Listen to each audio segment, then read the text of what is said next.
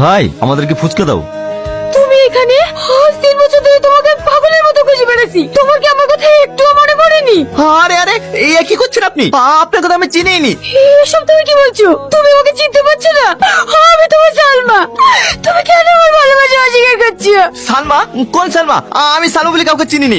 ছাড়েন আমাকে। সালমা রাস্তাঘাটে কি বন্ধু শুরু করেছো? আর 10 দিন বাদে তোমার সাথে আমার বিয়ে, আর তুমি কেন নাটক করতে বসেছো? চলো। আমি যাবো না, আমি যাবো না। আমি তোমার বেটারিকে পেয়েছি, আমাকে ছাড়ো। তুমি একবার বলো আমাকে ভালোবাসো। ছি ছি ছি ছি, আমার ভাবতেই ঘৃণা হচ্ছে। তুই আমার মেয়ে হয়ে সামনে একটা ফুচকা আমাকে ভালোবাসিস? আঙ্কেল শুধু তাই নয়, ওই ফুচকালার সঙ্গে যা ব্যবহার করেছে না, আমার ভাবতেই ঘৃণা লাগছে। ওখান থেকে তো আসতে চাইছিল না, আমি জোর করে নিয়ে এসেছি। সালমা, সামাদ কি বলছে? কথার উত্তর দাও। আমি ভুল কিছু তো করিনি, ওকে আমি ভালোবাসি, ওকে বিয়ে করতে চাই। বিয়েটাকে হাতের মোয়া ভাবছো নাকি? তুমি যাকে বলবে তার সঙ্গে তোমার বিয়ে দিয়ে দেবো। সামাদ, তোমার আব্বাকে খবর দাও, আমি 1 সপ্তাহের মধ্যে তোমার সঙ্গে ওর বিয়ে দিতে চাই। আমি ওই সামাদকে বিয়ে করতে পারবো না। তুমি সামাদকে বিয়ে না করে ওই ফুচকালাকে বিয়ে করবা? এটা আমার ফাইনাল ডিসিশন। তোমাকে ওই সামাদকে বিয়ে করতে হবে, আন্ডারস্ট্যান্ড? আজকের পর থেকে ও যেন বাড়ির বাইরে এক পা না বেরোতে পারে। তোমরা সব সময় ওর দিকে নজর রাখবা। আমিও দেখছি ওই ফুচকালার সঙ্গে ও কিভাবে বিয়ে করতে পারে। এটা কি টনিদের বাড়ি? হ্যাঁ, কিন্তু তোমাকে তো ঠিক চিনতে পারলাম না মা।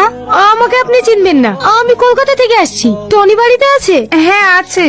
একটু ডাকেন না আন্টি। বাবু একটু বাইরে আয় তো, একটা মেয়ে তোর খোঁজ করছে। কে? কি ব্যাপার? আপনি আবার বাড়িতেও চলে এসেছেন? টনি তুমি এইভাবে বলো না, আমার খুব কষ্ট হচ্ছে। আমি তোমাকে ভালোবাসি, তাই আমি সব ছেড়ে দিয়ে আজকে তোমার কাছে চলে এসেছি। আচ্ছা আপনার মাথায় সবদার কি কাটা? সেদিন আসতে উল্টোপাল্টা কথা বলছিলেন, আজকে আবার বাড়িতে চলে এসেছেন। কি করবো বলো?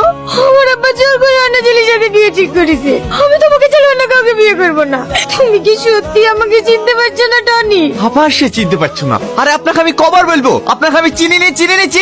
আপনি কেন বুঝতে চাইছেন না? তুমি একবার বোঝার চেষ্টা করো। তোমার জীবনে যদি অন্য কোনো মেয়ে এসে থাকে, আমাকে তুমি বলো, আমি চলে যাব। কিন্তু তুমি আমার ভালোবাসা অস্বীকার করো না প্লিজ। দেখো মা, আমার ছেলে যখন তোমাকে চিনতে পারছে না, তুমি আর জোর করো না। ঘরের মেয়ে ঘরে ফিরে যাও, তাহলে তোমার বাবা মা চিন্তা করবে। না না, আমি বাড়ি যাবো না। আমি বাড়ি গেলে আমার আব্বা জোর করে অন্য ছেলের সাথে বিয়ে দিয়ে দেবে। তোমার আবার জোর করে বিয়ে দেবে তো আমরা কি করবো? ভালো ভালো বলছি এখান থেকে চলে যাও, তাহলে ঘাট ধাক্কা দেওয়ার থেকে বের করে দেবো। এ বাবু থাক, মেয়েটাকে আর বকিসনি। 2 দিন থাকবে বলছে, থাকুক না। মন ভালো হলে ঠিক চলে যাবে। এখানে থাকতে দিলে তো তুই থাকবি, অসভ্য মেয়ে। কাল তোমার বিয়ে, তুমি এখানে পালিয়ে এসে আমার কাছে পার পেয়ে যাবে। চল এখান থেকে। কি ব্যাপার টনি? তোদের বাড়িতে সালমা এসেছিল, আর উড়াই বা কারা? ওভাবে টানতে লিগালো। তুই ওই মেয়েটাকে চিনিস নাকি? চিনবো না মানে? ও তোর প্রেমিকা, তুই ওকে পাগলের মতো ভালোবাসতি। কি আবার বলছি? তুই কি ওই মেয়েটার মধ্যে পাগল হয়ে গেলে নাকি? আমি পাগল না, তুই ভালো করে মনে করি দেখ। তুই যখন 3 বছর আগে